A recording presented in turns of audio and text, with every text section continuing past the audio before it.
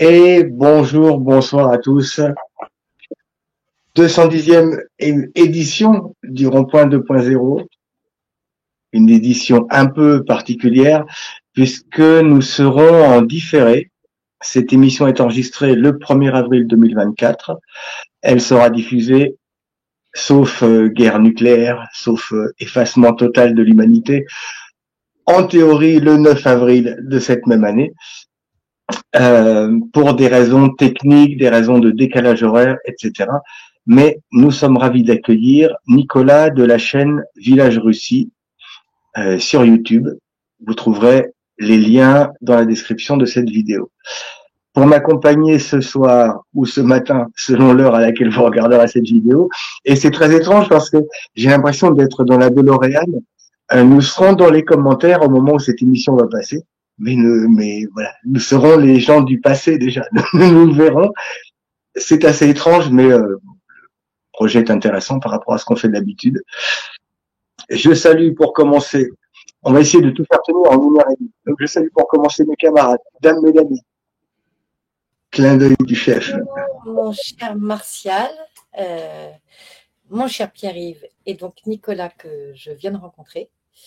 Voilà, j'ai mon mur bleu qui m'accompagne, mon mur océan pour être avec vous aujourd'hui. Voilà. On avait déjà fait l'exercice de l'enregistrement avec Youssef Indy. Voilà, donc, on renouvelle l'expérience. Voilà, ravi d'être avec vous. Yes, merci Mel. Et le camarade Pierre-Yves. Pareil, bonjour, bonsoir à tous, bonjour à tous. Du coup, là, je ferai pas les annonces habituelles parce que je ne sais pas quel est le programme du RP Outre-mer de demain. Normalement, c'est à 13h, ça n'est plus à midi, ça par contre, c'est sûr. Et je continue, comme d'habitude, à remercier Organe Jaune, Radio Fourmi, la Concorde TV, qui retransmettent nos émissions sur leur réseau. Et bonne émission à tous. Merci Pierre-Yves. Donc nous sommes ravis d'accueillir la chaîne Village Russie avec Nicolas. Je vais me permettre une présentation extrêmement rapide de ce que tu fais, mais c'est toi qui vas te présenter le mieux. Je suis tombé par hasard sur tes vidéos et j'ai trouvé une fraîcheur, un bon vivre, un mode vlog rustique avec des animaux, avec un climat plutôt difficile, plutôt froid, plutôt une vie plutôt endurante, mais qu'on appelle un petit peu de nos voeux ici dans notre confort entre guillemets occidental. J'ai dit le gars-là, il est intéressant et il dégage une vraie sympathie, une vraie bonhomie. Je sais pas si tu valides ce truc-là. Oui. Il y a quelque chose de très agréable dans tes vidéos. On peut les mettre simplement même comme un fond.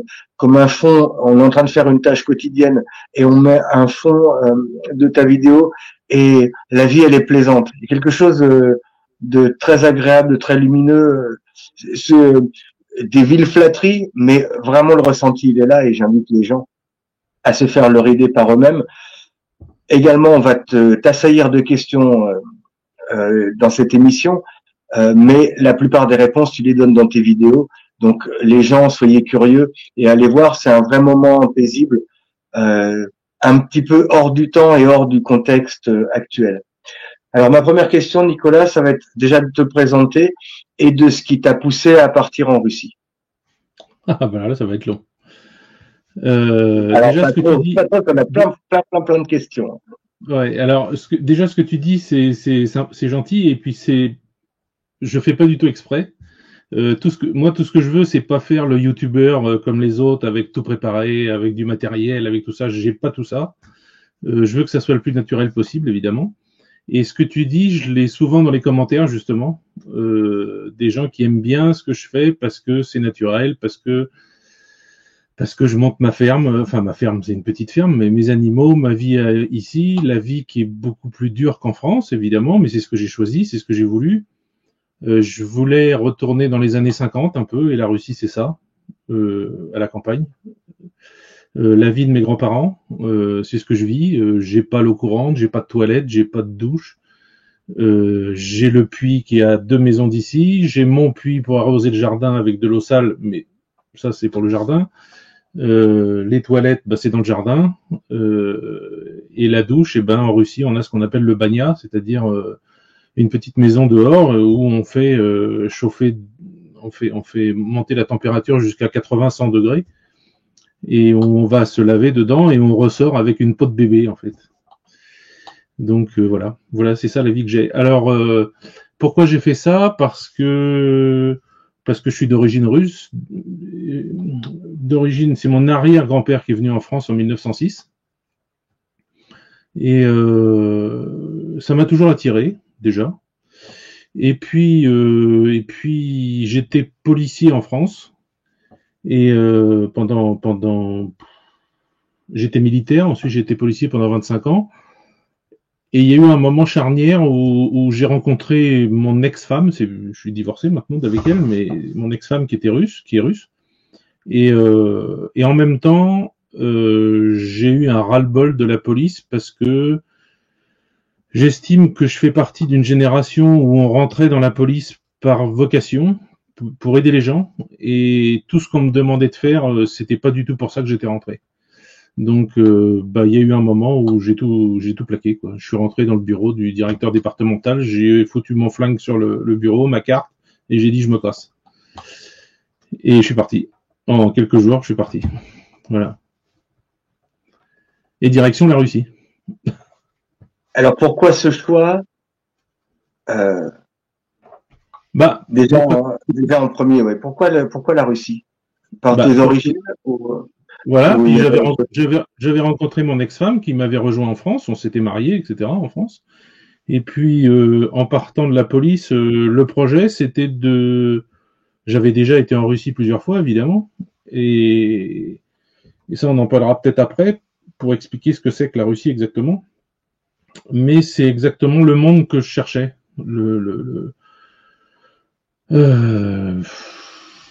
Vivre dans les années 60, le respect, le patriotisme, l'amour des autres, l'entraide. Je donne toujours le même exemple. Mon beau-frère qui a un arbre qui est tombé sur sa maison l'année dernière, toute la rue s'y est mise. En 2 jours, il avait un nouveau toit à sa maison, quoi. C'est-à-dire que tout le monde a mis la main à la poche pour lui prêter de l'argent, tout le monde est venu pour couper le bois, les autres qui savaient faire les toits, ils s'y sont mis aussi, les femmes, elles ont gardé les enfants, puis elles ont fait des crêpes et des machins pour les gamins. Enfin, et ça se passe toujours comme ça ici. Donc là, je vis dans un tout petit village maintenant, et la vie, c'est ça. C'est-à-dire, si on a besoin de quelque chose, on va voir un voisin. Si les voisins ont besoin de moi, ils viennent me chercher. Tout à l'heure, ma femme m'a envoyé un message en me disant il y a quelqu'un qui vient de m'appeler pour me dire que les vaches du voisin sont en train de manger le foin qui est dehors.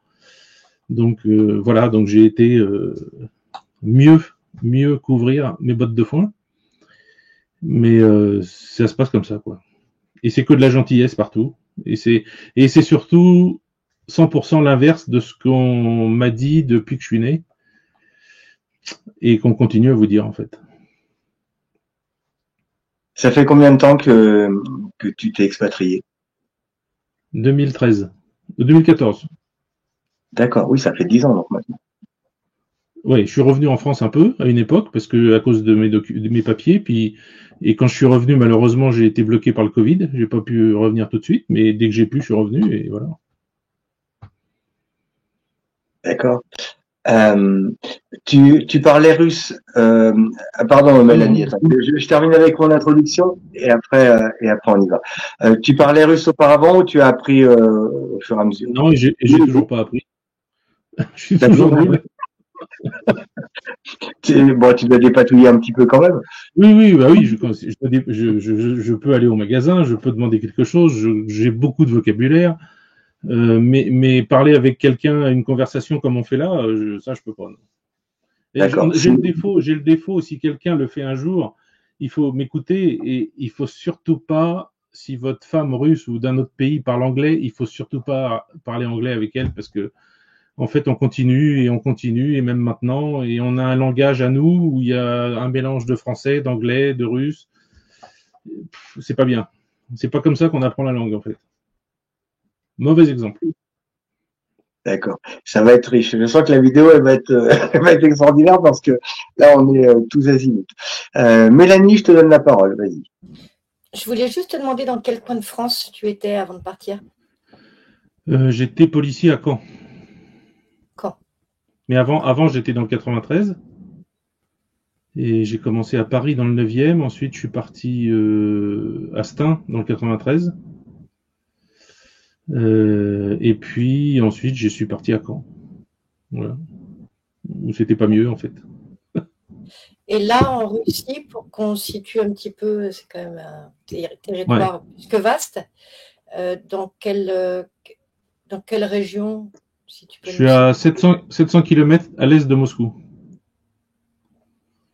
Il y a la troisième ville de Russie, la troisième ou quatrième, ça s'appelle Kazan. C'est la République du Tatarstan, c'est musulman. Franchement, c'est extraordinaire. La ville est fantastique. J'y ai vécu 4 ans. C'est génial. Et d'ailleurs, ça vous change l'esprit, après mes 25 ans de police, vous imaginez, sur ce que sont les musulmans, sur ce que c'est l'islam, sur tout ça. J'ai complètement changé d'idée, en fait. Mes meilleurs amis sont là-bas, presque. Est-ce que tu peux préciser génial? Quand tu dis la ville est géniale, qu'est-ce que ça veut dire pour toi? Ah bah tout est chouette, tout est propre, tout est illuminé, puisque l'énergie coûte rien ici, donc c'est illuminé toute la nuit. Quand c'est l'hiver, aux périodes de jour de l'an, c'est super beau. Il y a la rue piétonne, par exemple, elle est toute illuminée en les couleurs du Tatarstan, c'est-à-dire rouge, vert et blanc, un peu comme l'Italie. Et puis les bâtiments sont beaux, sont vraiment beaux. Il y a l'opéra, je pourrais vous en parler des heures parce que j'adore cette ville. Il y a des salles de concert de musique classique, il y a des théâtres, ils ont créé une promenade le long de ce qu'on appelle la Kazanka, c'est-à-dire c'est un bras de la Volga qui rentre dans Kazan, et ça fait 5 ou 6 kilomètres de long, et maintenant tout le monde y va parce que c'est tellement beau, et on peut louer des vélos à 4 places, vous savez, comme je sais plus comment ça s'appelle, des draisines, non? Oui. On peut louer des trucs à 2 roues avec un gyroscope à l'intérieur, vous savez, où on avance en se penchant vers l'avant. Et puis on fait les 5 kilomètres comme ça. Et l'hiver, ils remplissent tout ça avec de l'eau et ça fait une piste de patin à glace de 5 kilomètres de long. Et les gens, ils tournent pas en fait, ils vont tout droit. Et ça, les gens apprécient beaucoup. Enfin bon, c'est vraiment une ville super. Il y a tout ce qu'on veut. Il y a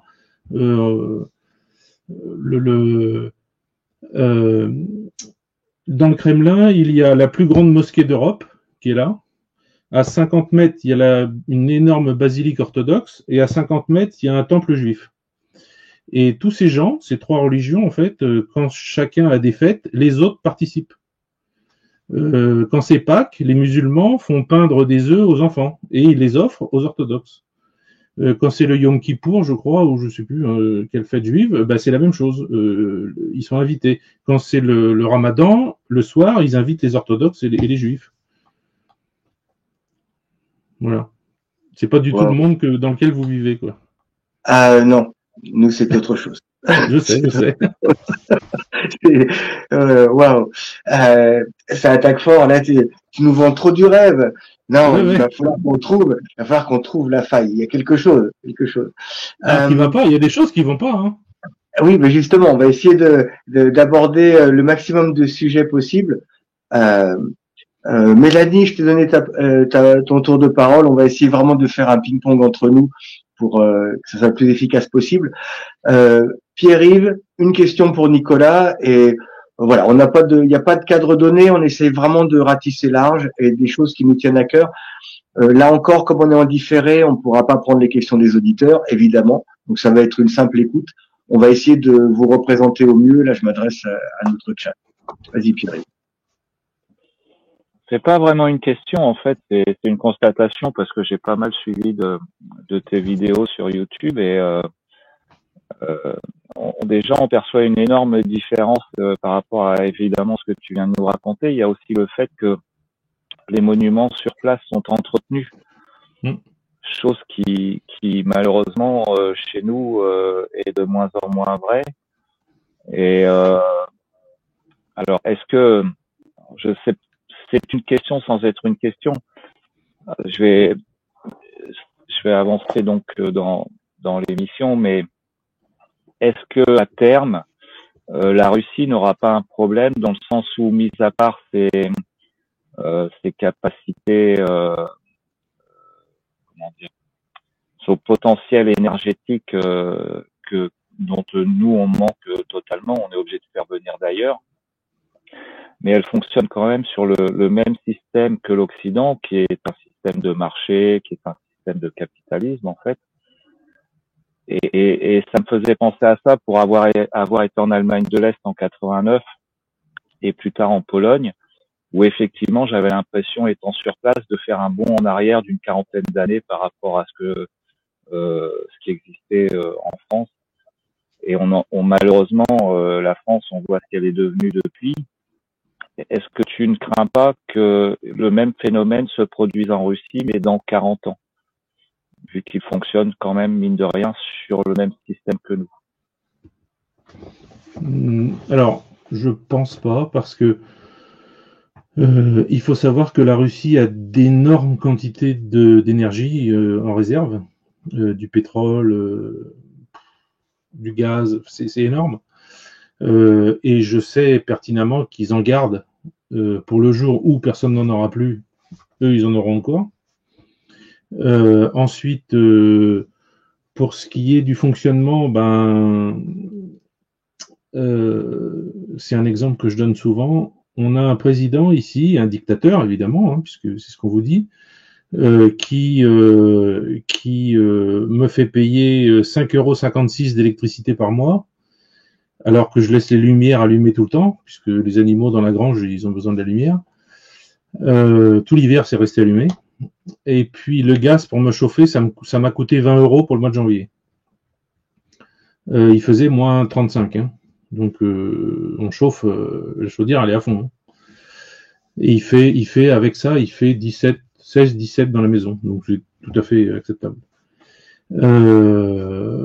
Donc pourquoi ça? Parce que ce méchant président, en fait, il a décrété une chose, c'est que les gens dans les campagnes, c'est un petit peu plus dur pour eux qu'en ville, donc ils payent 30% de moins d'électricité. Donc je paye 30% de moins d'électricité. C'est pour ça que quand un Français veut s'installer en Russie et ouvrir un business, je lui dis toujours, s'il veut produire des choses, eh ben, il faut qu'il vienne à la campagne, il fait son usine, il fait sa production à la campagne, il paiera 30% d'énergie en moins, et il achète une petite, ce qu'on appelle gazelle, c'est-à-dire une petite camionnette avec une bâche derrière, hein, et il va livrer là où il y a besoin, quoi.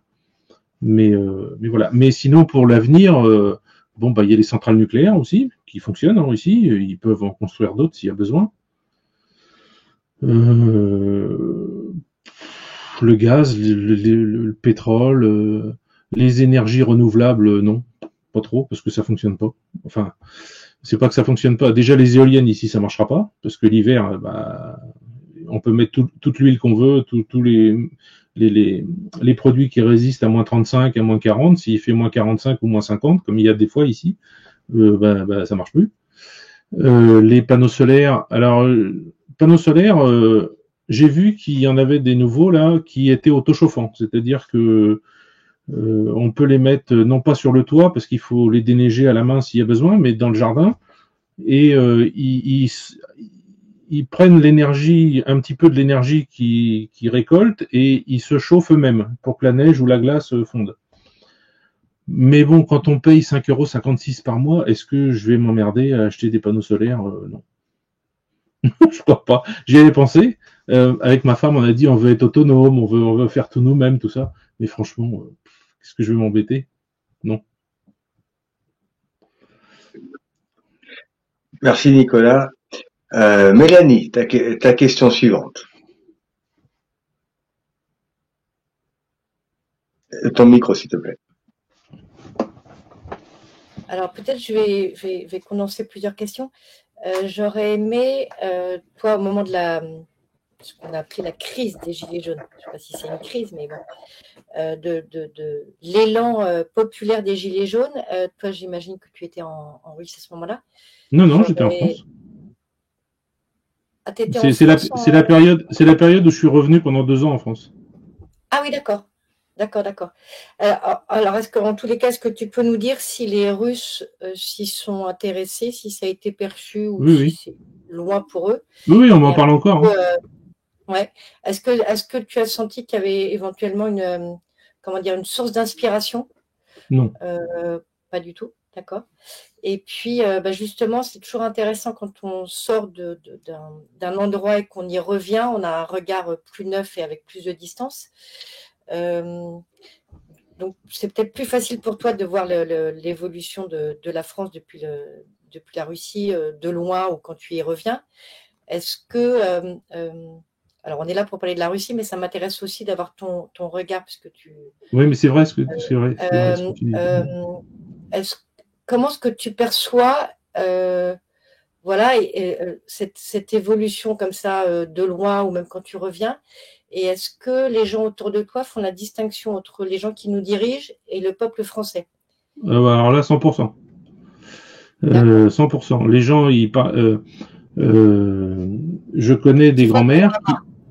Hein? Ouais. Est-ce qu'ils sentent qu'on en a marre nous-mêmes des gens qui nous Oui, gouvernent? bien sûr, bien sûr. Pour vous dire, je connais des grands-mères qui, quand elles vont à l'église pour prier, elles prient pour les Français. Elles prient pour les Ukrainiens aussi, pour les soldats ukrainiens. Pas pour le gouvernement, mais elles prient pour les gens. Parce qu'elles savent. Alors, ce qu'ils appellent Jolté Gilet, c'est les gilets jaunes en russe. Ils savent, ils ont suivi, ils ont vu.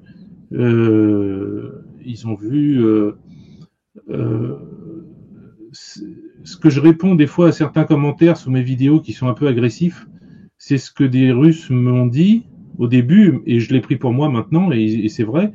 On me dit souvent que Poutine est un dictateur, etc. Et il y a une des choses que je dis, dans tout ce que je dis, en Russie, quand il y a une manifestation, si les gens commencent à casser des choses, ils sont arrêtés et ils vont en garde à vue pendant 4-6 heures et ils sont relâchés. Personne n'a d'œil arraché, personne n'a de main arrachée. Voilà, ça n'existe pas. Il y a des coups de bâton, oui, si vous commencez à résister ou vous prenez un coup de matraque, c'est normal. Mais enfin, c'est normal. Moi, je vois ça comme ancien policier, évidemment. Mais parce que chose que vous ne savez pas, mais que moi j'ai vécu, quand vous recevez des sacs plastiques remplis d'excréments sur la tête pendant 2, 3, 4 heures, quand vous dites charger, celui qui a lancé ça, vous allez sur lui directement. Hein. Et des coups de matraque, il en prend. Mais ça, c'est normal. Ou alors des cocktails Molotov ou des choses comme ça. Je dis pas que c'était ça les gilets jaunes, mais il y a dû y avoir ce genre de choses par les gens qui étaient infiltrés, je pense, à l'intérieur. Sinon, tu m'as demandé si c'était une source d'inspiration. Pas du tout, parce que les Russes, ils voient pas la vie de la même manière. Les Russes, ils ont pas besoin de ça parce qu'ils sont contents des gens qui les dirigent.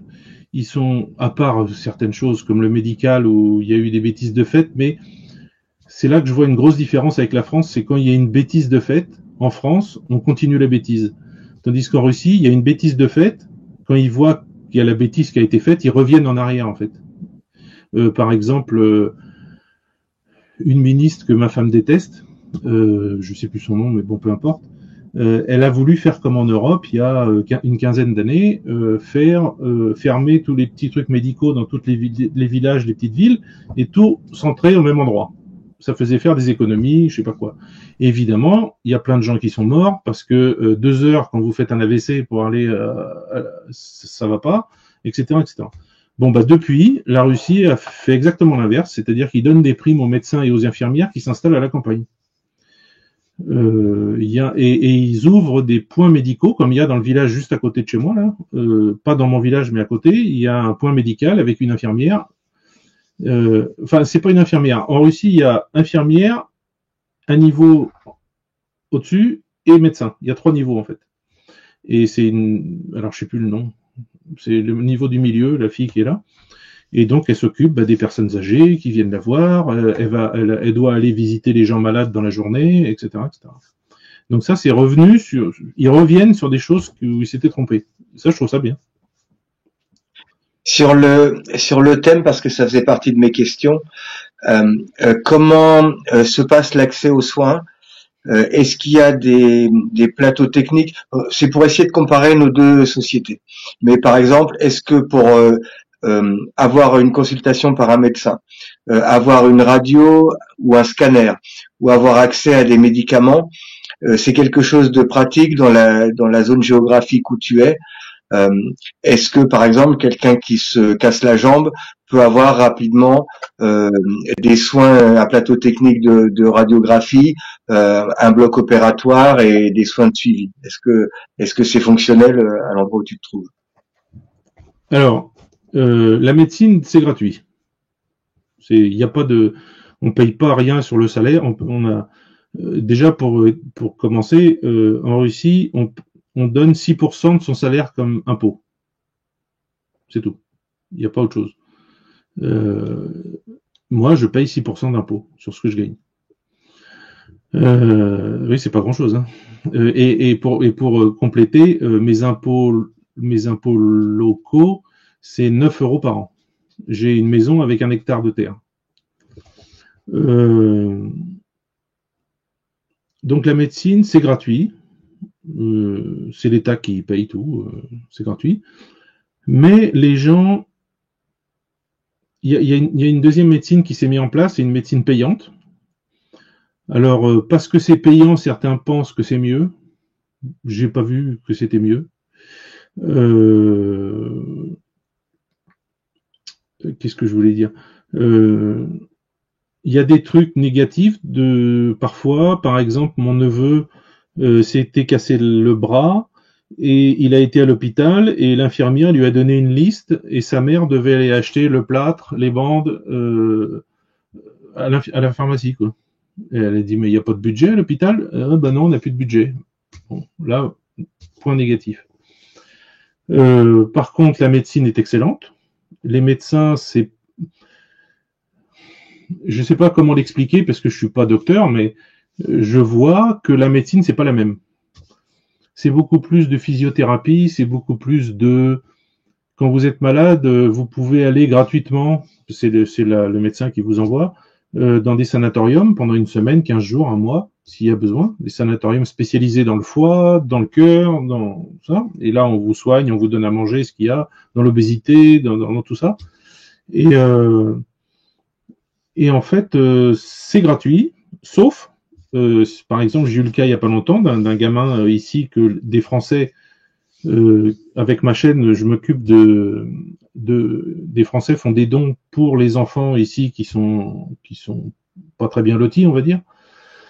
Donc il y a un petit de 14 ans qui était malade, il est parti au sanatorium et avec les dons que les Français m'ont envoyés, on a pu envoyer sa maman avec lui parce qu'il voulait pas y aller sinon, il voulait pas être tout seul.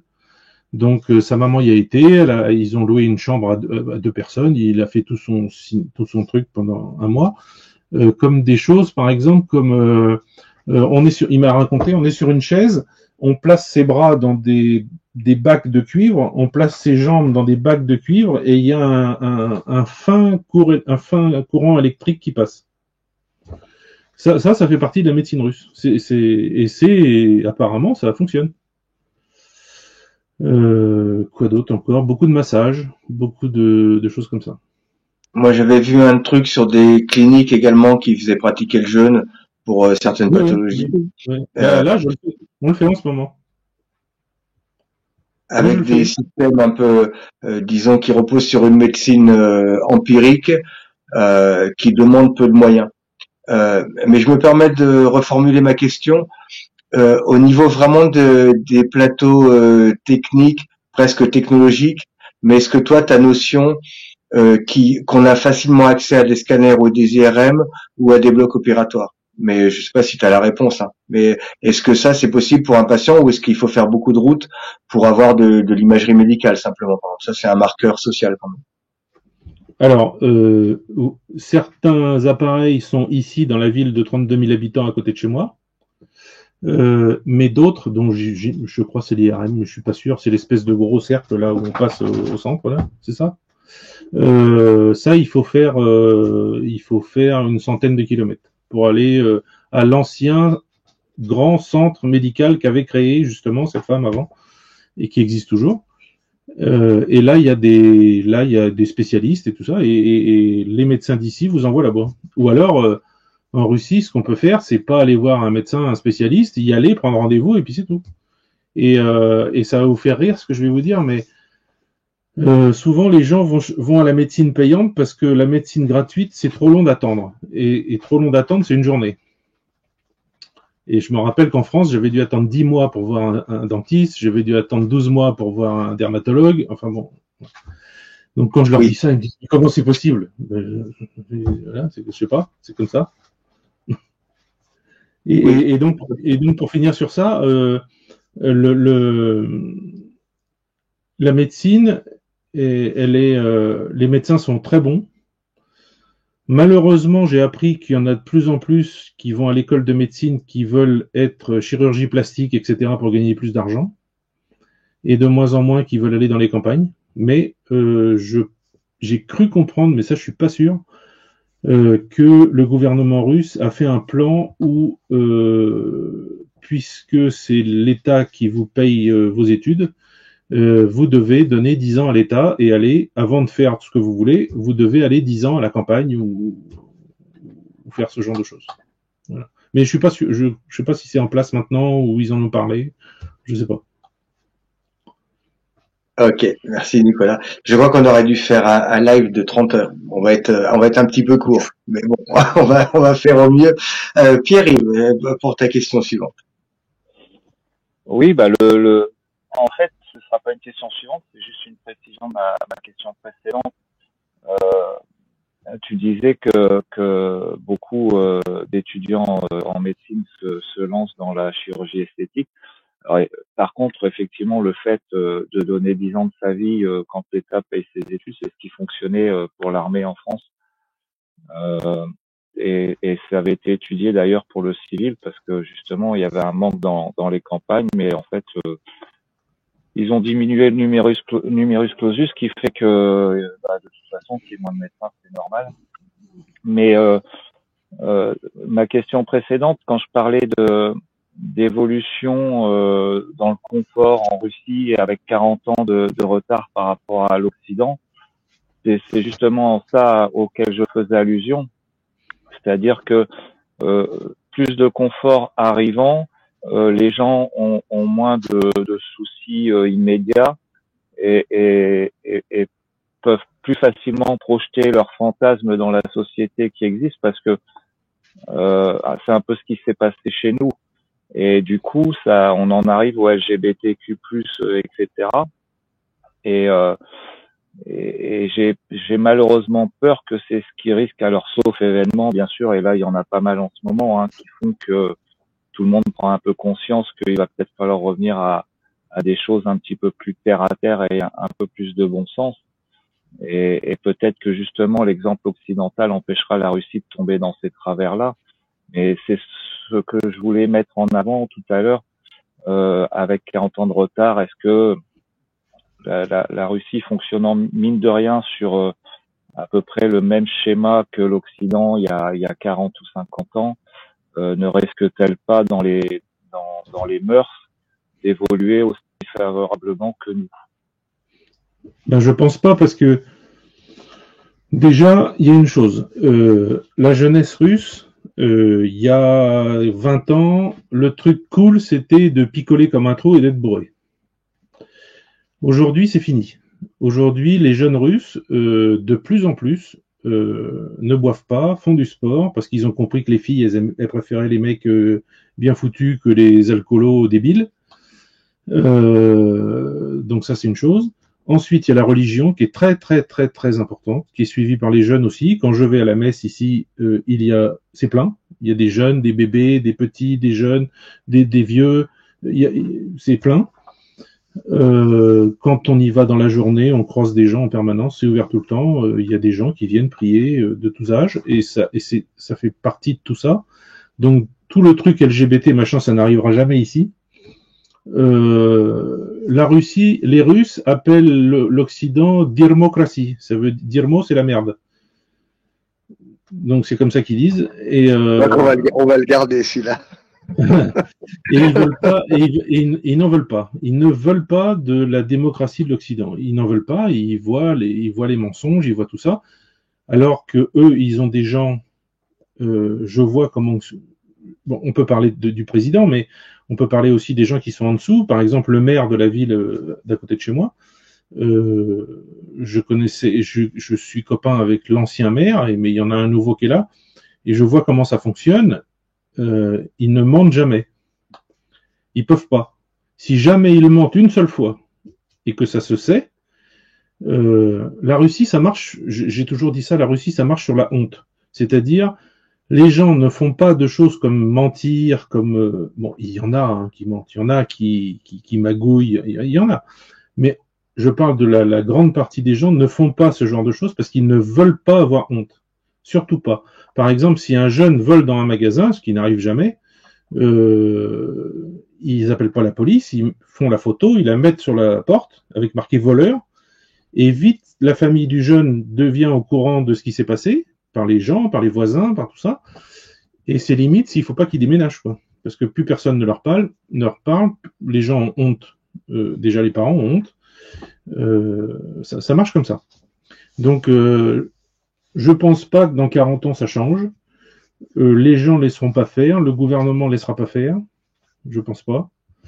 Ils ont un modèle de société qu'ils aiment énormément, donc il n'y aura pas d'abandon de ci, de ça, comme j'ai vu moi, comme j'ai 56 ans, j'ai vu passer ça en France. Hein.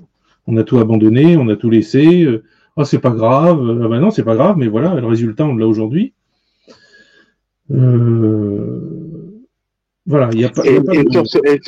Et sur ce point, Nicolas, tous les délires wokisme, LGBT, tout ce qu'on nous impose ici en Occident, si on veut bien, comment c'est perçu par la Russie? Est-ce que le délire rap avec des colliers en or et des femmes qui se trémoussent au bord d'une piscine, ça prend? Parce qu'on a un peu cette interrogation sur la Russie. Est-ce qu'elle serait pas perméable à ces phénomènes? Pas du tout. Alors, moi, j'aime pas le rap, mais ça, c'est du fait de mes 25 ans de police. Hein. À chaque fois que je voyais quelqu'un qui aimait le rap, il faisait des conneries, donc c'est resté à l'intérieur de moi. Mais je vois ici les rappeurs, et au début, je disais, oh, j'aime pas. Et Elena, elle me disait, ma femme, elle me disait, mais est-ce que tu as écouté ce qu'il disait? Et en fait, tous les rappeurs russes, ils ne chantent que des trucs patriotes. Que des trucs sur la grande guerre patriotique, c'est-à-dire la Deuxième Guerre mondiale, avec des paroles sur des jeunes qui vont aider une personne âgée. En fait, c'est ça les paroles. Donc, ça n'a rien à voir. Et puis qu'est-ce que tu m'as demandé? C'était quoi le début de ta question? C'était surtout sur mais aussi ce que tu dis, ça valide complètement, mais sur le délire wokiste qu'on subit en ce moment, voilà, la perception russe.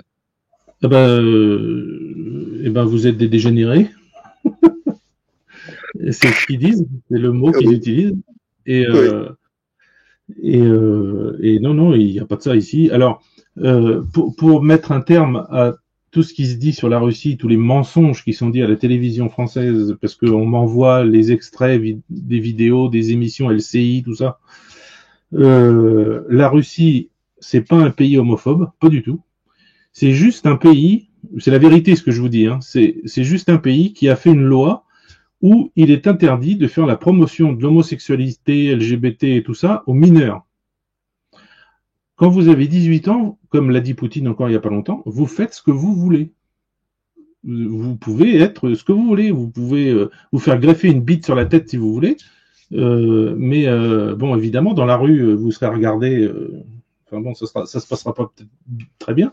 Mais les gens font ce qu'ils veulent. On est libre de faire tout ce qu'on veut. Mais ça c'est ça que je veux. Le principal message que je peux passer, c'est que je n'ai jamais été aussi libre de ma vie de faire tout ce que je voulais. Tout.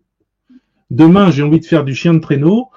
Là, il n'y a plus de neige, mais j'ai envie de faire du chien de traîneau. Et ben, je prends le train, ça coûte 20 € d'aller à l'autre bout de la Russie. Je prends le chien de traîneau. Oui, ça va être pas cher. C'est des trains couchettes en plus, avec des dames qui vous apportent les draps, qui vous servent le thé et tout. Enfin bon, c'est vraiment sympa. Et je vais faire du chien de traîneau et ça me coûte 50 € pour une journée. Et puis je l'ai pas fait, mais je sais que ça coûte ça. J'ai envie d'aller, je sais pas, par exemple, il y a Tatiana qui a fait une vidéo sur ma chaîne il y a pas longtemps, là, une de mes amies. Elle a été à Sotchi, qui est la station balnéaire. Bon, bah, ça lui a coûté quoi? Ça a dû lui coûter 500 ou 600 euros pour 10 jours. On peut faire tout, quoi. On peut tout faire. Sur ce point, un salaire moyen, prenons par exemple un fonctionnaire, je ne sais pas, une infirmière, un policier, ça gagne combien en équivalent euros? Alors, policiers, je sais pas, mais je sais qu'ils ont été énormément augmentés il y a quelques années. Ça, je sais.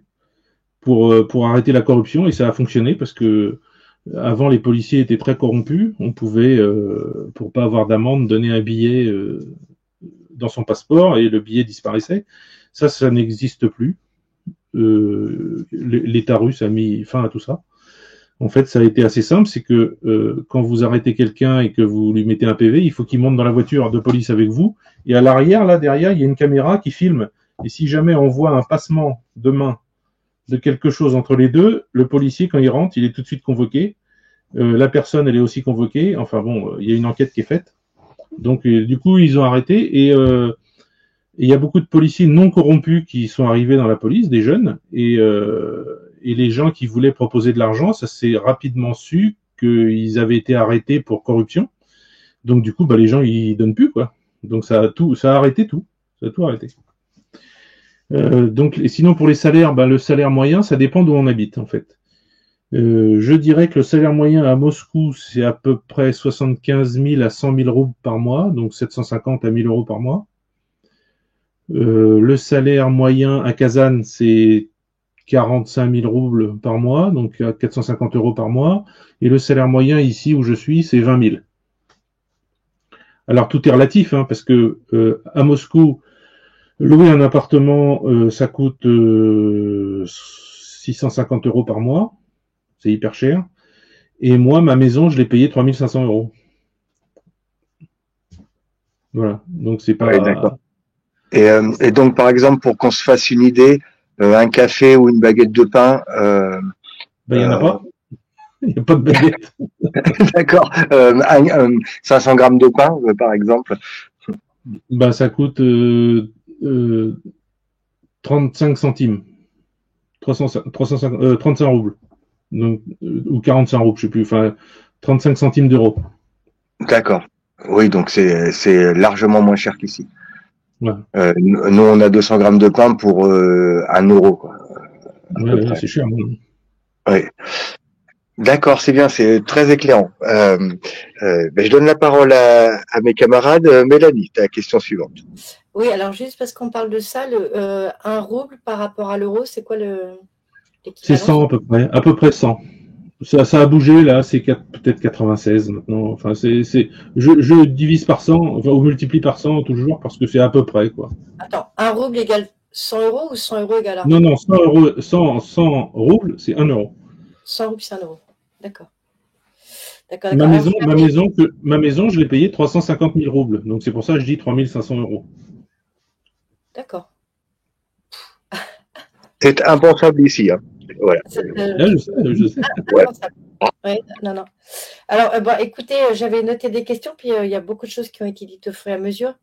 Je voulais poser la question du sacré, mais tu as répondu en disant que l'église était pleine et qu'il y avait une entraide entre les religions.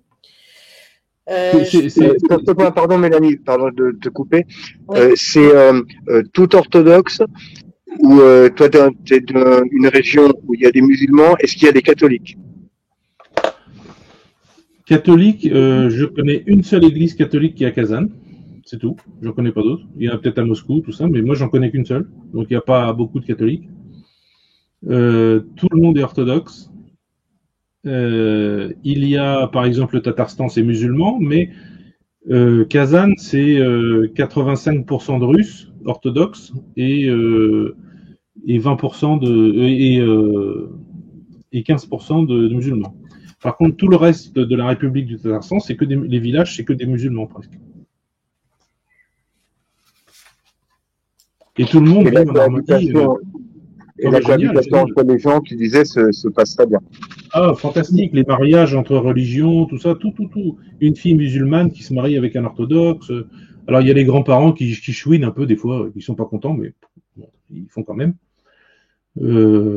Ça, c'est un point assez intéressant. Euh, c'est même assez incroyable.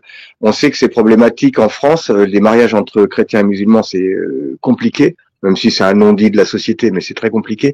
Tu dis qu'en Russie, ils ont trouvé un angle qui permet que ça soit possible. Ouais, ça a toujours été comme ça depuis. Mais en France, si tu regardes bien, c'est le gouvernement par intérêt qui nous a fait haïr les musulmans en fait. Hein. Par plein de raisons qu'on va pas évoquer là parce qu'il y en a tellement. Mais je détestais les musulmans de par mon métier, de par que je voyais que c'était qu'eux qui faisaient des conneries, que je les aimais pas. Je suis arrivé ici, en plus au Tatarstan, qui est vraiment la République musulmane de Russie, et j'ai rencontré que des gens fantastiques. Et le grand moufti de la mosquée, de la grande mosquée de Kazan, que j'ai rencontré à une réunion un jour, il est venu me voir parce qu'il parlait un tout petit peu français, et il m'a dit vous êtes français? Ben, j'ai dit oui. Il me dit en France avec les musulmans ça se passe comment? Ben, je lui dis pas très bien. Il me dit bah oui, c'est parce que c'est le fond du panier que vous avez. C'est extraordinaire. Je suis ravi de cet échange. Poursuivons les amis. Pierre-Yves, à toi, prends une question dans ta boîte de questions. Non, Mélanie s'agite. Bon, vas-y. Non, parce que j'ai à peine commencé. Excuse-moi, je reprends la main. Donc, je disais qu'il y avait beaucoup de choses qui étaient dites. Donc, je voulais poser la question du sacré. On y a répondu. Je voulais parler aussi du patriotisme, et tu en as parlé aussi, parce qu'on a vécu depuis de nombreuses années en France un travail de sape, d'autodétestation de soi. Oui. Et on en arrive au constat assez flagrant pour ceux qui veulent bien le voir, d'un gouvernement qui est en guerre contre son propre peuple. Oui. C'est comme ça que c'est vu ici aussi. Hein, c'est comme ça que c'est vu en Russie aussi. D'accord. Donc les gens le perçoivent de Russie. C'est intéressant. Et du coup, tu as déjà un petit peu répondu que justement cet aspect patriotique était très présent et différencie vraiment la Russie de la France. À moins que tu aies d'autres choses à rajouter sur ce thème. Ah bah juste que pour les Russes, ce que je vais dire là, c'est un Russe qui me l'a dit un jour, mais moi je le disais déjà aussi, et donc j'étais tout à fait d'accord avec lui. Il m'a dit dans le nombre de pays qu'il y a dans le monde, il n'y a que 2 pays qui sont vraiment amis, les peuples, c'est les Russes et les Français. Alors les Russes, ils aiment bien un petit peu aussi les Italiens, parce que à l'époque soviétique, ils étaient très très fans d'Adriano Celentano. Voilà. Donc on l'entend toujours d'ailleurs à la télé chanter, alors que lui, si j'ai bien compris, il n'avait rien à cirer des Russes, mais bon. Mais en Russie, ils sont toujours très très fans. Ils aiment bien les Italiens, mais ils aiment beaucoup les Français. Ils aiment pas les Allemands, mais beaucoup les Français. Et ça date du Normandie-Niemen, par exemple, où par exemple ici, pas ici, mais je suis à Kazan, il y a une rue Normandie-Niemen. Alors moi, j'ai fait des célébrations avec des Cosaques en France. On a fait des célébrations autour de ça. C'est très intéressant. C'est très important pour eux. Juste pour terminer, parce que je suis partie sur plusieurs choses, mais parce qu'on avait évoqué des sujets, je voulais repartir sur l'époque du communisme, en tous les cas, tel que je l'aperçois avec mes petites connaissances et avec le recul historique. Et il y avait en tout cas, ce qui nous était dit, c'était ce rêve de ces pays vers l'Ouest. Et j'ai un jour écouté ce fameux discours d'Harvard de Solzhenitsyn, qui justement, entre le décalage entre ce rêve qu'il avait pu avoir et puis la réalité de ce qu'il avait trouvé, je trouve que c'est vraiment d'actualité, en fait, même s'il date il y a pas mal d'années. Et ça fait quelque temps que j'évoque l'idée qu'on serait dans un rideau de fer à l'envers. Je voulais savoir ton Oui, c'est ça. Exactement. L'URSS, c'est l'Europe maintenant. Et ici, on est libre. Et les gens, alors parce que je suis français, les gens viennent me parler, évidemment, même quand je suis au marché. D'ailleurs, les gens, parce que je suis passé dans plusieurs émissions de télé du coin, etc., donc les gens savent qui je suis. Et au marché, on me dit bonjour en français. Mais c'est tout, ils savent pas d'autres mots. mais ils me disent bonjour en français. Donc, vous voyez, on n'est pas détesté du tout, du tout. Et puis concernant le changement de dogme entre l'Europe et la Russie, ben ouais, ils sont tristes. Eux, ils ont réussi à s'en sortir. La force que ça leur a donné, la révolution de 1917, la chute du mur de Berlin, etc., ça donne la Russie d'aujourd'hui, qui est très patriotique et très religieuse, qui aiment leur pays, Peut-être que les deux vont ensemble, hein. Oui, bien sûr. Je pose la question. Je suis, par exemple, là, j'attends de ces nouvelles, mais j'ai un ami qui est prêtre orthodoxe, qui est parti sur le front, et on va peut-être mettre en place un truc pour aider les gens du Donbass, etc. On va voir, on ne sait pas encore trop. Il prend sa place pour l'instant, mais c'est un prêtre qui était infirmier en fait. Il avait laissé tomber pour aller sur le front, et puis là, il y a 15 jours, ses supérieurs lui ont dit mais non, mais c'est bien, t'es infirmier, tout ça, mais toi, c'est prêtre que tu dois être. Et il a remis la soutane, et donc il est sur le front, dans les tranchées, mais en soutane. Et il prie et il aide les soldats. Et puis j'ai un de mes meilleurs amis qui est le père Basile, qui est en russe on dit archimandrite, c'est-à-dire évêque, on va dire, qui est responsable du monastère de Tcheboksary, c'est la capitale d'où j'habite là, qui est français, qui est arrivé en Russie en 92, je crois, ou 13, quelque chose comme ça. Et en fait, c'est des gens, mais vous le savez peut-être, parce que les prêtres catholiques, c'était un peu comme ça aussi, quand vous leur parlez, c'est encore mieux que des psychologues. Quand ils vous expliquent des choses, quand vous leur dites j'ai ça comme problème, j'ai ça, et ben quand vous ressortez, ben c'est incroyable, mais vous savez comment régler votre problème, ça va mieux, on se sent bien. Voilà. Je sais qu'il y a eu une époque où quand j'étais à Kazan, ma boulangerie, quand elle a fermé, parce que j'avais ouvert une boulangerie, bon, bah, j'avais pas le moral, ça allait pas. J'ai été au monastère, je suis resté 2 ou 3 jours, j'ai passé mes journées avec lui à aller dans les églises, à aller voir les gens, à aller voir tout ça. Et je suis reparti, j'avais mon cerveau, c'était autre chose, quoi. C'était libéré de toutes les saloperies que je pensais avant, de tous ces trucs négatifs, voilà, ça c'est de l'humain, c'est même pas de la croyance ou quoi que ce soit, c'est vraiment ils sont humains. Voilà. En parlant d'humain. Vas-y Pierre-Yves. Dis donc Pierre-Yves, refus de priorité. Je suis censé être le numéro 10. Je l'apprends. Je suis pas un numéro. C'est vraiment le bordel ici. Allez, saleté de gilet jaune, je peux plus vous voir. Moi, les mecs.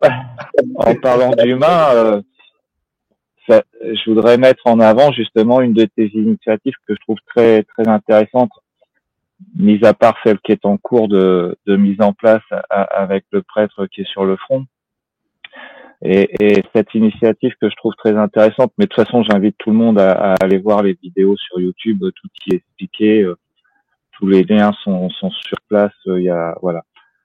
Les mères et les femmes des combattantes que tu aides régulièrement, alors en demandant des dons à nous Français, et c'est avec plaisir, je pense, qu'on te les transmet avec souvent un petit mot. Et j'aimerais bien mettre l'accent là-dessus parce que ça aussi c'est de l'humanité concrète. C'est pas du blabla, et je pense que c'est vraiment quelque chose qu'il faut mettre en avant. Il y a plusieurs trucs à dire là-dessus. Déjà, je le fais parce que je veux absolument garder le lien, malgré tout ce que fait le gouvernement français, entre la Russie et la France. Ça, c'est hyper important. Parce qu'un jour, ça servira à quelque chose. Ensuite, je ne fais pas ça pour les soldats, même si, bon, parce que la réalité, c'est que les gants, les bonnets, les chaussettes, tout ça qu'elles font, quand ça arrive au front, en fait, les soldats les mettent de côté au cas où, mais ce que leur donne l'armée, c'est bien plus chaud, bien mieux, bien plus fait pour, c'est bon. Mais ça sert à une chose importante, ça sert à ce que ces femmes, donc les mères et les mamans des soldats, se réunissent, voient la psychologue, tricotent ensemble, parlent de ce qu'elles vivent, pleurent, parce qu'à chaque fois, il y en a qui pleurent, parce que son fils lui a pas donné de nouvelles depuis une semaine, parce que, etc. Donc, elle raconte tout ça, sinon elle reste toute seule chez elle, et puis voilà. Donc, c'est fait pour ça, en fait. C'est surtout fait pour ça. Et puis, éventuellement, bah oui, la dernière fois, la vidéo que j'avais faite, là, on leur a envoyé des chaussettes, des bonnets, des gants. Alors, c'est des gants qu'elle tricote avec un doigt à part hein, pour pouvoir tirer avec les gants, évidemment. Des sachets de thé. Alors, j'ai remarqué qu'elle m'en a offert un d'ailleurs. C'est délicieux. C'est pas du thé, c'est des herbes. Ça se fait beaucoup en Russie, ça. C'est des herbes de la forêt, en fait, que les gens connaissent, puisque les gens connaissent les herbes pour se soigner, pour tout. Et ça, c'est général. Hein, c'est presque beaucoup de gens en Russie savent se soigner avec les plantes. Par exemple, Elena qui a des problèmes avec ses reins, son frère, quand il va à la chasse, au canard, il revient avec des fleurs jaunes, là, je ne sais pas ce que c'est, et il les donne à ma femme et elle fait une tisane avec ça, elle le boit et ça va mieux. Elle la boit et ça va mieux. Donc voilà, donc on leur a envoyé ça, plein de petits sachets de thé comme ça, d'herbes. À chaque fois que les gens m'envoient des dons, je leur demande de me faire un message de 2-3 lignes de ce qu'ils veulent. Et moi, je traduis tout ça, je mets ça sur des feuilles que j'imprime, et quand on a les réunions, on les lit.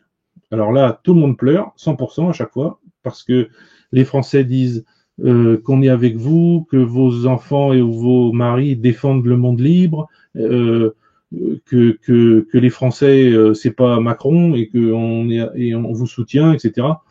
Vous pouvez pas imaginer le bien que ça leur fait. Ça a même été jusqu'à ce que certaines citations les plus chouettes ont été lues aux informations télévisées il y a quelques jours. Là. Ça a été apprécié aussi parce que j'ai vu les commentaires en dessous. Bon voilà, c'est un tout quoi. Et c'est vrai que moi ça me fait plaisir de le faire. Ça me prend du temps, ça me prend tout ça parce que je mets aussi aux grandes dames de ma femme, je mets une partie de ce que je gagne avec mes cours de français aussi dans tout ça. Bon, mais c'est pas pour rien quoi.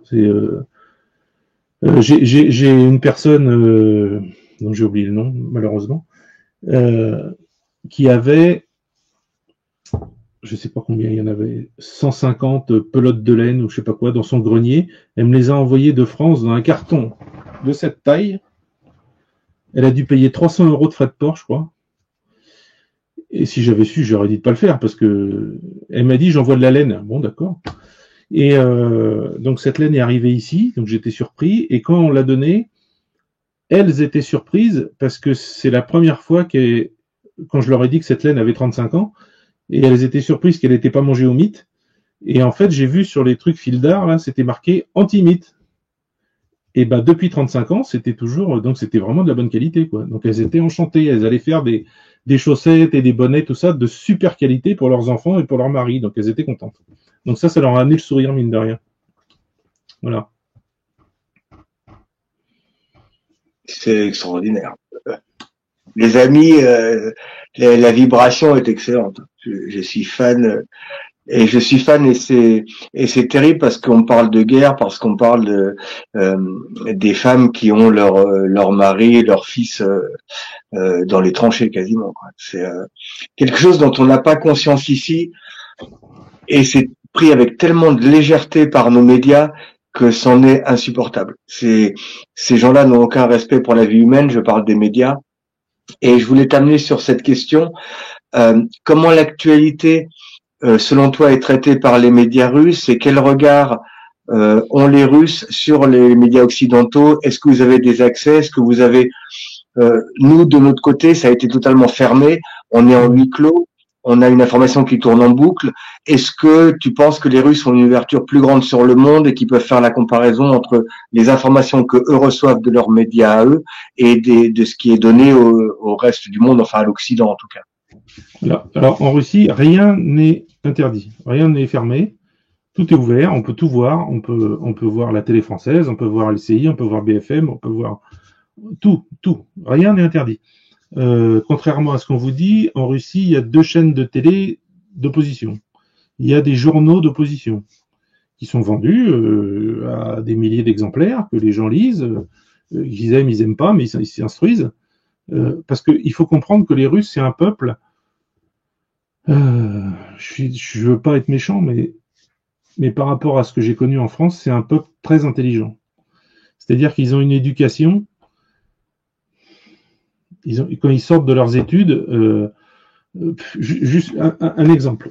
Quand j'étais à Kazan, on m'a demandé, parce que c'est un peu ma spécialité, de faire, d'ailleurs, là, vous voyez pourquoi, ma spécialité, c'est le Premier Empire, Napoléon, etc. Et donc, j'ai fait une conférence à l'amphithéâtre à l'université sur Napoléon. Donc, je pensais avoir une vingtaine d'élèves, ils étaient 250, qui parlaient tous français, qui étaient tous, il y avait trois écoles françaises à Kazan, ils venaient tous de ces écoles, et bon, et bref. Et on parle de Napoléon. Et puis au bout d'un moment, il y en a un qui me dit, bah oui, bah Napoléon, d'accord, mais comment ils étudient les Français, les jeunes Français à l'école? Je voulais pas dire de choses négatives, évidemment. Donc, j'ai dit, bah, par exemple, qui est-ce qui sait qui est Balzac? Alors, tout le monde lève la main. Est-ce que vous savez ce qu'il a écrit? Puis là, des 200, j'entends des œuvres de Balzac. Qui est-ce qui sait qui est Maupassant? Hop, même chose. Et après, je dis, bon, bah, un peu plus compliqué maintenant, qui est-ce qui sait qui est Talleyrand? Alors là, il y a la moitié qui lève la main, pas tous, et je dis, il a écrit quoi Talleyrand? Et c'est qui? Alors, la moitié me dit, bah, c'était le ministre des Affaires étrangères de Napoléon, et il a écrit le Code civil avec Napoléon. Et ben, j'ai dit, tu vois, tout ce que vous dites là, et ben, les élèves français le savent pas. Alors, j'ai dit à la fin, j'ai dit, et ça leur a fait plaisir, évidemment, j'ai dit, bah, alors la culture française, elle est où alors? Elle est ici ou elle est en France? Parce que moi, de ce que je vois, vous en savez plus qu'eux. Et en fait, pourquoi? Parce que je vois, moi, parce que je donne des cours de français, que en France, seconde, première, terminale, on leur demande de lire 3 livres, à peu près, dont Baudelaire, Les Fleurs du Mal, et puis d'autres.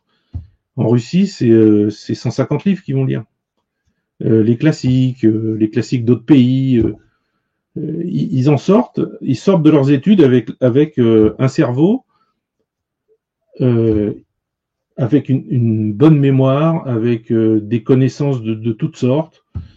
Non, vraiment, je suis épaté. Même ma femme me sort des trucs, des fois, moi, j'ai pas appris ça à l'école, mais elle le sait, quoi. Je suis tentée d'intervenir pour dire que inversement, tu prends 250 élèves français, tu leur poses des questions sur la Russie, je serais curieuse de voir ce qui en ressort. Ah bah rien. Non, si, peut-être Pouchkine, non, ils savent pas. Non, même pas Tolstoï, même pas, mais rien, quoi. BFM TV. BFM Voilà. TV. Non, c'est terrifiant. Je pensais pas que cette émission serait aussi angoissante, aussi joyeuse et aussi angoissante, mais on est à la ramasse, quoi. Le système éducatif français est une catastrophe. On le constate de jour en jour, on s'en plaint. Et je suis content d'entendre ça. Au moins le savoir est conservé quelque part. Ça fait plaisir. Voilà. J'espère que nos auditeurs prennent bonne note de tout ce qui est dit ce soir ou ce matin, à quelle heure vous écoutez. C'est vraiment passionnant. Est-ce que je m'autorise une question? Mélanie, tu avais quelque chose qui te paraît important? Et sinon, je reprends la main pour une question suivante. Oui, alors j'en ai encore quelques-unes sous le coude. Je voulais parler des médias, on vient de le faire. Alors, nous baignons dans l'empire du mensonge. Voilà, on va le dire comme ça. Je voulais poser la question évoquée là avant ce live sur peut-être la dichotomie qui peut exister ou les différences qui peuvent exister entre les villes et les campagnes. En France, on est dans un pays ultra centralisé où d'ailleurs il y a quelque chose d'encore très prégnant moi je suis parisienne, donc je suis bien placée pour le dire, c'est que quelquefois quand on part en province, on peut facilement c'est comme si j'avais le sentiment parfois que je devais presque m'excuser d'être parisienne ou prouver que tous les Parisiens ne sont pas comme les gens l'imaginent. Voilà. Et c'est vrai que comme nous, on vient un peu tous d'endroits différents, on peut effectivement comparer nos quotidiens. c'est vrai que là, depuis, en fait, très rapidement, j'ai vu la ville de Paris, alors déjà être de plus en plus sale, de plus en plus Ça, insécurisée, les Russes, ils le voient aux informations. Ça. de plus en plus mélangée. Dans le métro, tu te poses la question si tu es en France ou où est-ce que tu peux bien être. Et puis, effectivement, une floraison de cheveux bleus, roses, de mi-homme, mi-femme. J'avoue que se balader dans Paris, on peut faire de l'ethnologie, hein, vraiment. Voilà, donc en tous les cas, vivre dans une ville comme Paris aujourd'hui, moi j'y suis née, si tu n'en sors pas régulièrement pour reprendre un souffle, de se relier à autre chose, ça rend vite malade sur tous les plans, hein, sur le plan physique, moral, spirituel, ça devient très très agressif. Voilà, donc je voulais un petit peu que tu nous parles de que tu avais évoqué dans tes vidéos, de ces différences. Alors, ça va rejoindre un petit peu le côté dont j'ai parlé avant. J'ai eu cette discussion il n'y a pas très longtemps concernant qu'est-ce qu'on ferait en France et qu'est-ce qu'on ferait en Russie s'il y avait des bombes nucléaires qui tombaient. Et c'est parti sur... oui, c'est grave hein, ce que je dis, mais le sujet est parti comme ça. Et en fait, le résultat final, c'était que en Russie, la France, je vous en parle pas, vous savez, mais s'il y en a beaucoup, s'ils ont plus leur iPhone, c'est fini, ils savent plus rien faire, quoi. Mais en Russie, les gens de Moscou qui vont en province, alors, les gens de province disent Moscou, Saint-Pétersbourg, c'est une chose, et la Russie, c'est autre chose. Ça, c'est ce qu'ils disent. Mais quand il y a quelqu'un de Moscou qui vient au village, c'est que c'est le petit-fils de la grand-mère qui habite au village déjà, ou c'est que c'est quelqu'un qui a une datcha ici, parce que contrairement à la France, quand on a une maison secondaire, on ne paye pas d'impôts. Donc les gens viennent là. Et il faut voir aussi que n'importe quel, bon, c'est pareil, je vais pas dire n'importe quel, je vais pas dire 100%, mais 90% des chefs d'entreprise qui sont à Moscou, des grandes sociétés, des grandes banques, tout ce que tu veux, le week-end, les vacances, ils vont dans leur dacha, dans leur maison de campagne, et ils font le jardin. Et ils font le jardin, ils font pousser les carottes, ils font pousser les patates, parce que leur grand-mère leur a appris à faire ça. Et leur a dit que c'était comme ça qu'il fallait faire, et que ça lui sauvera la vie un jour. Donc les Russes font ça, tous, ils font ça. Ils ont tous une maison de campagne, ils font tous les patates. Ici, dans mon village, il y a des maisons qui ne sont pas habitées. En fait, c'est juste des maisons vides. Enfin, vides, non, il y a des trucs dedans, mais les gens viennent pour faire le jardin l'été, pour récolter les patates à la fin de l'été, les carottes, les machins, pour tout ramener dans leur appartement en ville, parce qu'ils préfèrent vivre en ville, et ils ramènent tout là-bas. Donc, en fait, les moscovites qui viennent ici sont pas mal vus, au final. Il y a ce que les gens disent et ce que les gens font, et ils sont pas mal vus, et quand quelqu'un qui vient de Moscou et qui vient ici et qui va voir les voisins et il sort une bouteille de vodka et puis du sala et puis des cornichons fermentés, et puis sala c'est du gras de porc en fait avec du sel, du poivre et de l'ail qu'on laisse plusieurs mois dans le congélateur, et puis quand on le sort on coupe des fines tranches, on mange ça graisse le gosier, et après on boit un coup de vodka, ça passe tout seul. Et avec ça, bon ben, alors ils ont une capacité à picoler aussi que moi j'ai pas. Donc moi au bout d'une dizaine de vodka, je dis stop. Et ce qui est très bien, c'est qu'ils respectent ça. Ils me mettent de la vodka dans mon verre et ils disent tu touches pas, c'est juste pour faire pings, pour trinquer. Donc la vodka reste dans mon verre, moi je bois de l'eau, et eux par contre ils boivent une bouteille, 2, 3 bouteilles, et ils sont bourrés, mais ils tiennent debout quoi. C'est je sais pas, je dis toujours ils doivent avoir un truc dans l'ADN qui est que j'ai pas quoi, ou en plus ou en moins, j'en sais rien. Il y a un truc. Ils sont jamais malades en fait. Moi je dégueule, si j'en bois plus de 10, je vomis quoi, je suis malade. Mais eux non. J'ai jamais vu un Russe malade. Je trouve ça très drôle et ça laisse rêveur. ça donne envie d'aller faire des matchs. Mais bon, voilà, faut qu'on s'entraîne plus, puis il faut qu'on change de direction. Nous, la direction n'est pas à la hauteur, c'est le problème qu'on a. Ah, mais tout le monde peut venir, hein, c'est ouvert à tous les touristes, à tout la Russie. Hein. Oui, tout à fait. Voilà, c'est un point qu'il est important de préciser. Contrairement à ce qu'on peut entendre sur nos médias officiels, les voyages vers la Russie sont tout à fait permis, autorisés. Et même, à mon avis, les Russes sont ravis de voir des Occidentaux venir chez eux parce que ça montre un signe de sympathie. Et je crois que c'est très encourageant de la politique qu'ils mènent actuellement. Juste pour te donner une petite anecdote, la Russie, c'est exactement ce que je vais te dire. Un jour, j'étais avec mon ex-femme au Tatarstan, donc musulman. On va se promener, on va voir la mer de la mer, ils appellent ça. En fait, c'est un endroit de la Volga où elle est tellement large qu'on voit pas l'autre bout. Donc, ils disent que c'est la mer. Et on revient, et il était 8h30, 9h le soir, et puis on passe dans un village, on s'arrête, et il y avait encore 80 bornes à faire, et je dis à ma femme, je dis, il n'y a pas un hôtel par là, ou je sais pas, enfin, elle me dit, bah non, évidemment que non, il n'y a pas d'hôtel par là. Et là, il y a un monsieur qui sort de chez lui, en costume traditionnel, parce qu'en fait, dans ce village, tout le monde était habillé en costume traditionnel. Et puis il vient, il dit, il y a un problème, ça va pas, et puis mon ex-femme, elle dit, bah non, mais c'est mon mari, il dit qu'il veut chercher un hôtel, mais il n'y a pas d'hôtel. Ah bah, elle dit, bah, c'est pas grave, venez à la maison. Et puis on a été chez lui, et on a mangé, et on a dormi, et on a fait la bringue, et voilà. Et c'était génial. Et c'est comme ça tout le temps. Arrête, on va déserter. Là. On est à 2 doigts de prendre un billet d'avion, là, je t'assure. Ah ben il faut. C'est pas cher. Hein. Voilà. D'ailleurs, c'est un des sujets que tu abordes dans la chaîne. Je me permets, Martial, mais c'est un des sujets que tu abordes dans la chaîne. Et je trouve que le moment est bien choisi, justement, de parler de la possibilité soit d'expatriation, soit effectivement de faire tout simplement du tourisme en Russie. Même si j'ai bien compris, il faut pas se tromper d'une virgule sur les papiers.